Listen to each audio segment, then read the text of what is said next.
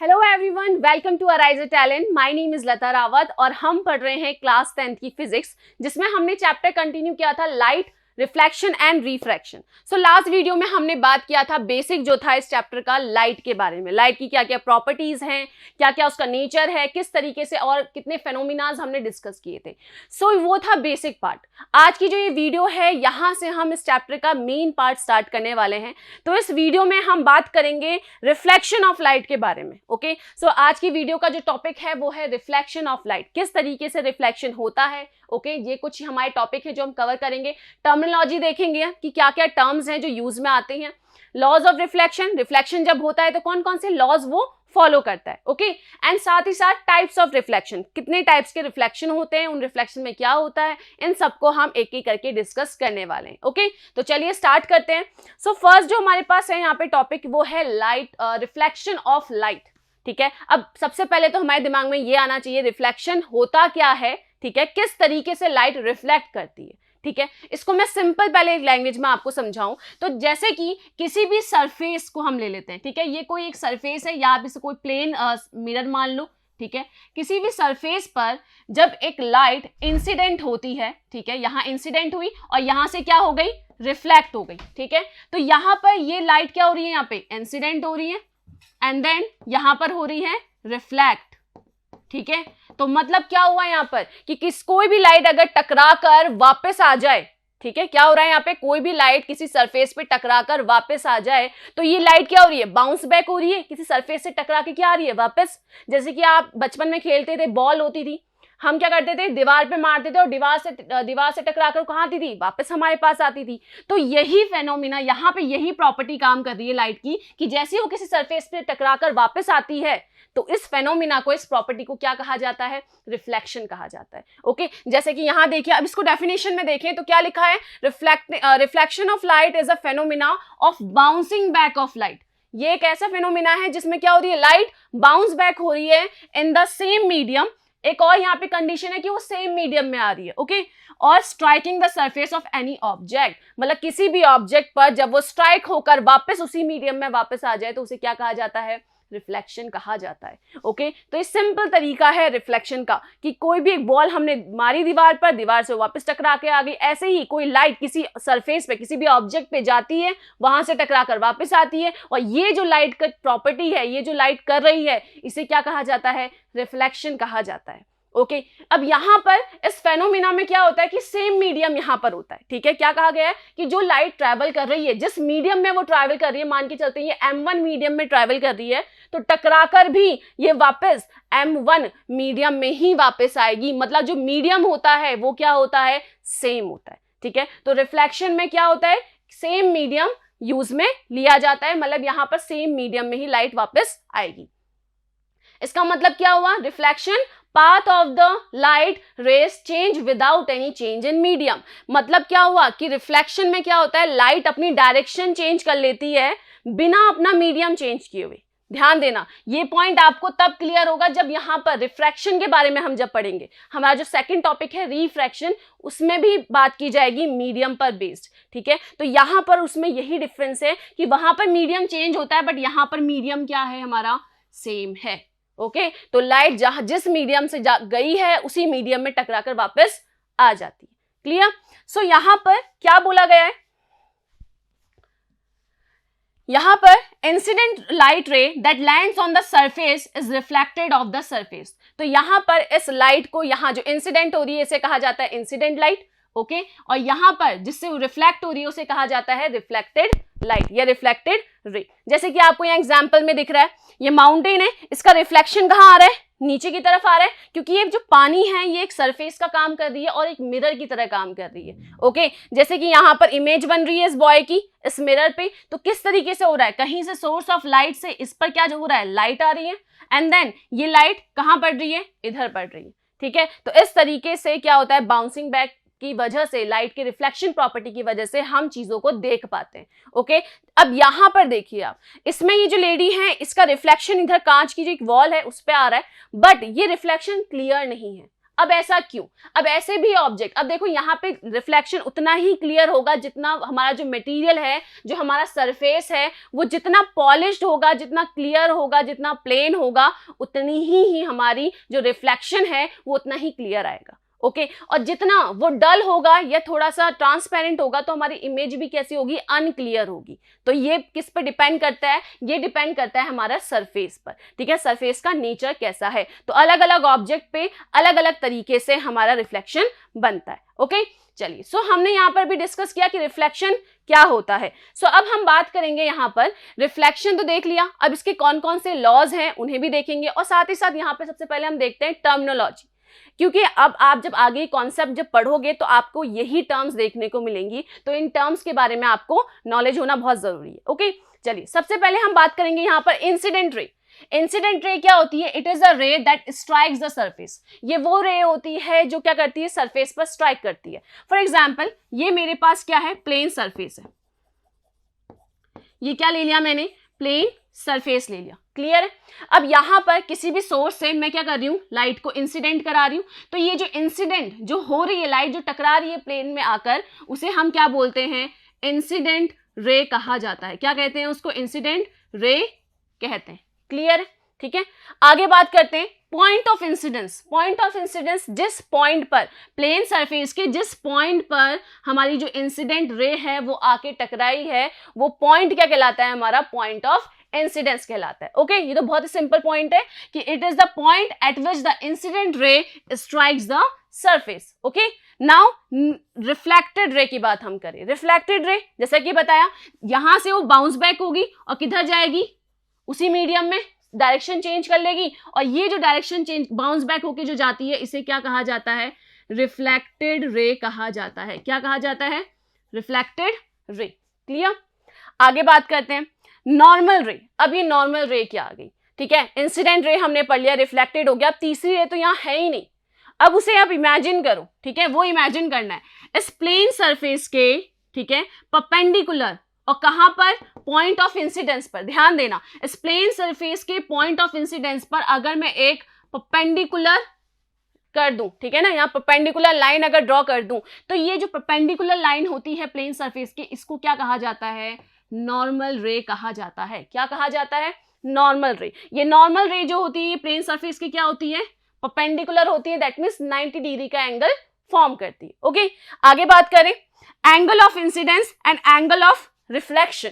Angle of incidence क्या होता है? देखो, इस नॉर्मल रे से जो इंसिडेंट रे है, इन दोनों के बीच में बनने वाला एंगल क्या कहलाता है? Angle of incidence. क्या कहलाता है? Angle of incidence. और इसे किससे रिप्रेजेंट किया जाता है? एंगल आई से। ओके नेक्स्ट, यहां पर एंगल ऑफ रिफ्लेक्शन क्या होगा? सेम वही कि नॉर्मल लाइन से एंगल जो रे है, रिफ्लेक्टेड रे है, इन दोनों के बीच का जो एंगल होता है उसे क्या कहा जाता है? एंगल ऑफ रिफ्लेक्शन, जिसको डिनोट किया जाता है एंगल आर। किससे डिनोट किया जाता है? Angle are. ओके आगे बात करते हैं plane of reflection. Plane of reflection क्या होता है? Plane where incident ray, reflected ray and the normal ray lies. वो प्लेन जिस पर इंसिडेंट रे भी आ रही है, रिफ्लेक्टेड रे भी, और नॉर्मल रे तीनों ही लाई करती हैं, वो जो प्लेन होता है वो क्या कहलाता है? हमारा plane of reflection. Okay so ये कुछ बेसिक टर्मिनोलॉजी हैं जो आपको रिफ्लेक्शन में देखने को या सुनने को मिलेंगी। क्लियर है? चलिए, अब यहां पर हमने बात तो कर ली, टर्मिनोलॉजी देख ली, रिफ्लेक्शन भी हमने देख लिया क्या होता है, लेकिन जब रिफ्लेक्शन होता है तो वो कौन कौन से लॉज फॉलो करता है उसे हम डिस्कस करते हैं। ठीक है, तो कुछ भी चीज होती है, फॉर एग्जाम्पल की क्रिकेट मैच है, तो मैच ऐसे ही थोड़ा ना कि बैट बल्ला लिया और खेलना स्टार्ट कर दिया, उसे खेलने के लिए भी क्या है? रूल्स एंड रेगुलेशंस होते हैं। वैसे ही इस लॉ में यहाँ पर जो रिफ्लेक्शन है इसमें भी कुछ लॉज होते हैं, कुछ रूल्स होते हैं। ओके क्या होते हैं? बहुत ही सिंपल है, आपको अलग से याद करने की जरूरत नहीं है वो। ठीक है, बहुत ही सिंपल है, सिर्फ 2 लॉज है। ठीक है, पहला लॉ क्या है यहाँ पर? फर्स्ट लॉ क्या बोलता है यहाँ पे? The incident ray, the reflected ray and the normal रे। ठीक है, जो हमारी इंसिडेंट रे है, जो मेरी रिफ्लेक्टेड रे है और जो नॉर्मल है, तीनों ही किस पर लाई करेंगी? सेम प्लेन पर लाई करेंगी। मतलब जिस पॉइंट पर, जहां पर हमारा पॉइंट ऑफ इंसिडेंट है, जिस प्लेन पर है, उसी प्लेन पर ही तीनों लाई करेंगी। ऐसा नहीं है कि रिफ्लेक्टेड रे का अलग प्लेन है, इंसिडेंट का अलग प्लेन है। ओके, तो ये तीनों ही क्या करती हैं, एक ही प्लेन पर लाई करती हैं। बहुत ही सिंपल है, ठीक है। दूसरा देखो यहाँ पर, दूसरा लॉ क्या कहता है, the angle of incidence is equal to the angle of reflection. अभी हमने देखा था कि यहाँ पे जैसे इंसिडेंट और रिफ्लेक्टेड रे होती है तो यहाँ पे एक नॉर्मल लाइन होती है जिससे जो एंगल बनता है इसे हम एंगल ऑफ इंसिडेंस कहते हैं, और रिफ्लेक्टेड रे से नॉर्मल जो एंगल बनाता है उसे क्या बोलते हैं, रिफ्लेक्टेड एंगल, है ना, एंगल ऑफ रिफ्लेक्शन या एंगल ऑफ इंसिडेंस। तो दूसरा लॉ कहता है कि जो एंगल ऑफ इंसिडेंस है वो किसके इक्वल होगा, हमेशा एंगल ऑफ रिफ्लेक्शन के, ठीक है ना। ये दोनों ही एंगल आपस में इक्वल होते हैं। आप किसी भी तरीके से इसको अभी इस तरीके से बनाया, अगर आप यहाँ पर ये नॉर्मल है हमारे पास, ठीक है, जैसे जैसे आप यहाँ फॉर एग्जांपल में यहाँ से इंसिडेंट, ये एंगल मैंने मान लिया θ1, ओके, तो ये θ1 एंगल बना रहा है इंसिडेंट रे, तो सिमिलरली रिफ्लेक्शन जो रे होगा, रिफ्लेक्टेड रे, वो भी क्या बनाएगा, θ1 एंगल ही बनाएगा। मतलब ये रूल जो ये लॉ है ये फॉलो होना ही होना है। अगर आप इसका और एंगल आग बढ़ा दो, इधर की तरफ से बनाओ, तो सेम यहां से भी रिफ्लेक्टेड रे का एंगल भी क्या होता जाएगा, इंक्रीज होता जाएगा, ठीक है ना। इसका सबसे अच्छा आप अगर करना चाहो एक्सपेरिमेंट तो किसी भी प्लेन सरफेस ले लो, मिरर ले लो, और एक ले लो laser light, okay. Laser light से आप जैसे जैसे उस प्लेन उस मिरर पर जैसे जैसे लाइट स्ट्राइक करोगे तो इंसिडेंट रे जो होगी, जैसे जैसे आप एंगल बढ़ाओगे वैसे वैसे उसका जो रिफ्लेक्टेड एंगल है वो भी क्या होगा, बढ़ता जाएगा। ओके, सो ये दो लॉज हैं, बहुत ही सिंपल हैं, कुछ भी अलग से याद करने की जरूरत ही नहीं है, सब कुछ यही याद हो जाना है अभी, ठीक है। तो ये दो लॉज हैं जो फॉलो होते हैं रिफ्लेक्शन में। ओके, चलिए अब हम बात करते हैं यहाँ पे टाइप्स ऑफ रिफ्लेक्शन। रिफ्लेक्शन देख लिया हमने, उसका लॉज देख लिया कि भाई ये होता है, लेकिन अभी तो मैंने बात की थी प्लेन सरफेस की, लेकिन अगर प्लेन सरफेस ना हो तो क्या पता हमारे पास रफ सरफेस हो या कोई डल सरफेस हो। मैंने कहा था ना कि रिफ्लेक्शन जो आएगा वो डिपेंड किस पे करेगा, हमारे सरफेस पे, ठीक है ना। तो यहाँ पर टाइप्स ऑफ रिफ्लेक्शन जो हम देखने वाले हैं ये बेस्ड ही उस पर है। तो दो टाइप के रिफ्लेक्शन हम यहाँ देखेंगे, स्पेक्युलर एंड डिफ्यूज्ड। ओके, तो स्पेक्युलर रिफ्लेक्शन कौन से होते हैं, रेगुलर रिफ्लेक्शन, ठीक है, और डिफ्यूज्ड क्या होते हैं, इररेगुलर। इन दोनों के बारे में हम डिस्कस करने वाले हैं। देखिए, तो फर्स्ट हम बात करते हैं स्पेक्युलर, ठीक है। इसमें होता क्या है, यहाँ पर आप देख रहे हो ये एक प्लेन है, ठीक है। प्लेन सरफेस पर अगर मैं पैरेलल इंसिडेंट रेज क्या करती हूँ, स्ट्राइक करती हूँ, ठीक है। ये जो भी रेज मेरे पास यहाँ आ रही हैं ये सब क्या है, आपस में पैरेलल हैं, और इस प्लेन सरफेस पर स्ट्राइक करके स्ट्राइक करके बाउंस बैक होके ये जो रिफ्लेक्टेड रे आ रही हैं ये सब भी क्या है, आपस में पैरेलल हैं। अगर ऐसा रिफ्लेक्शन मुझे देखने को मिलता है तो ये जो रिफ्लेक्शन मेरा होगा ये क्या होगा, स्पेक्युलर रिफ्लेक्शन होगा। क्या होगा, स्पेक्युलर रिफ्लेक्शन। क्लियर है, ठीक है। अब आप इसकी डेफिनेशन देखो, when a beam of parallel light rays, ठीक है ना, एक बीम हम ले रहे हैं पैरेलल लाइट से, उसमें incident on a smooth and plane surface, एक स्मूथ और प्लेन सरफेस में हम क्या कर रहे हैं, उसे स्ट्राइक कर रहे हैं। ओके, स्ट्राइक कर रहे हैं, then the reflected ray will also be parallel. और अगर ऐसा स्ट्राइक कर रहे हैं तो जो रिफ्लेक्टेड रे होंगी वो भी आपस में क्या होंगी, पैरेलल होंगी, और ऐसा रिफ्लेक्शन हमारा कहलाएगा स्पेक्युलर, या आप कह सकते हो रेगुलर रिफ्लेक्शन। ओके, अब इनमें भी वही लॉज फॉलो होंगे। देखो आप, इंसिडेंट और रिफ्लेक्टेड दोनों ही क्या है, और इस अगर आप इसमें नॉर्मल ड्रॉ करोगे यहाँ पर तो ये नॉर्मल भी सभी एक ही प्लेन में लाई कर रहे हैं, और साथ ही साथ एंगल ऑफ रिफ्लेक्शन और एंगल ऑफ इंसिडेंस ये दोनों भी आपस में क्या होंगे, इक्वल होंगे। Okay, so in this case the angle of reflection of the light is equal to the angle of incidence। angle of जो reflection है वो incidence के भी क्या होगा, equal होगा, and on the opposite side of the normal to the point of incident। ठीक है, क्लियर है यहाँ तक। तो ये तो हमने जो पढ़ा है ये कौन सा टाइप है, स्पेक्युलर है, रेगुलर है, जिसमें नॉर्मल जो हम रिफ्लेक्शन देखते आ रहे हैं प्लेन सरफेस पे वही है। ओके, अब दूसरा जो केस है उसको थोड़ा सा ध्यान से समझिएगा। अभी तक तो हम प्लेन सरफेस की बात कर रहे थे कि मिरर हो गया, कोई प्लेन स्मूथ सरफेस हो गई, लेकिन अगर हमें वो ना मिले, हमें मिले कोई कुछ इस तरीके से, कोई रफ सी, ब्रेक सी, ऐसे उबड़ खाबड़ से जो हो रही है, इस तरीके की अगर हमें सरफेस मिलती है तो रिफ्लेक्शन जैसा होगा, किस तरीके का होगा, पहले वो डिस्कस करते हैं। ओके, सो ऐसा अगर हो, for example when a beam of parallel light rays incident on a rough surface. अब मैं क्या कर रही हूँ, किसी रफ सरफेस पर एक पैरेलल जो लाइट्स की रेज है उन्हें क्या करा रही हूँ, इंसिडेंट करा रही हूँ। आपको दिख रहा होगा यहाँ पर इंसिडेंट जो रेस हैं वो सभी पैरेलल हैं, लेकिन आप ध्यान दोगे रिफ्लेक्टेड रे, क्या वहां से जो रिफ्लेक्शन जो हो रहा है, रिफ्लेक्टेड जो रेज आ रही हैं, क्या वो आपस में पैरेलल है? नहीं है। ऑफ कोर्स ही बात है, इधर इसकी रिफ्लेक्टेड रे इधर गई, ये इधर चला गया, ये उधर चला गया, तो ये आपस में पैरेलल नहीं है। और ये इसकी वजह क्या है? इसकी वजह है यहाँ पर हमारे पास जो सरफेस हमें मिल रही है, ये सरफेस क्या है? रफ। तो जब ऐसा हमारे पास केस होता है तो रिफ्लेक्टेड रेज जो होती है वो स्कैटर इन डिफरेंट डायरेक्शन, अलग अलग डायरेक्शन में क्या हो जाती हैं? फैल जाती हैं, चली जाती हैं। तो this type of reflection is called irregular और डिफ्यूज रिफ्लेक्शन, और इस टाइप के रिफ्लेक्शन को क्या कहा जाता है? Diffuse reflection. लेकिन आप ये कहोगे कि क्या इसमें लॉस फॉलो कहाँ हो रहे? लॉस फॉलो होंगी होगा या नहीं होगा, सबसे पहले तो ये हम देखते हैं। आप यहां देखो, अगर मैं इस पार्ट को जूम करूं, ठीक है, इस पार्ट को जूम करती हूं, जो पहली बीम है, तो ये कुछ इस तरीके से, ठीक है, और यहां पर क्या हो रही है? हमारी जो रे है वो रिफ्लेक्ट कर रही है। क्लियर है?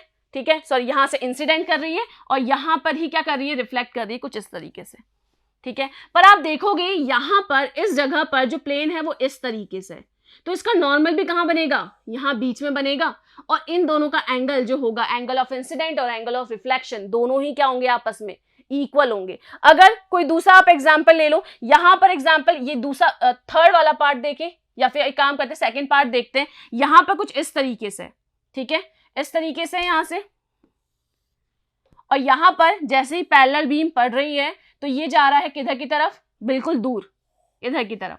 तो इस पॉइंट ऑफ इंसिडेंस पर जो परपेंडिकुलर हम बनाएंगे नॉर्मल रे, वो बिल्कुल इस तरीके से बनेगा कि जो एंगल ऑफ रिफ्लेक्शन है वो एंगल ऑफ इंसिडेंस के इक्वल ही आएगा। मतलब कोई भी रिफ्लेक्शन हो, वो भले डिफ्यूज्ड हो, इर्रेगुलर हो, या फिर रेगुलर या स्केकुलर हो, तो स्पेकुलर हो, तो यहाँ पर जो रूल्स हैं रिफ्लेक्शन के वो फॉलो होंगे ही होंगे, ठीक है ना। उसमें ये नहीं है कि केस की कोई ऐसा केस आ जाए जिसमें रूल फॉलो नहीं हो रहा, तो फिर वो रिफ्लेक्शन होगा ही नहीं।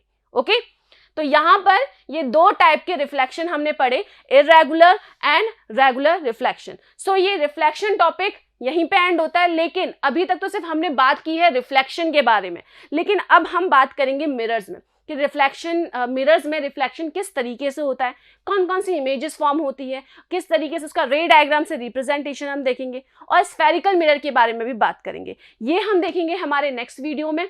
तो बने रहिए हमारे इस चैनल के साथ, लाइक एंड सब्सक्राइब कीजिए। Thank you.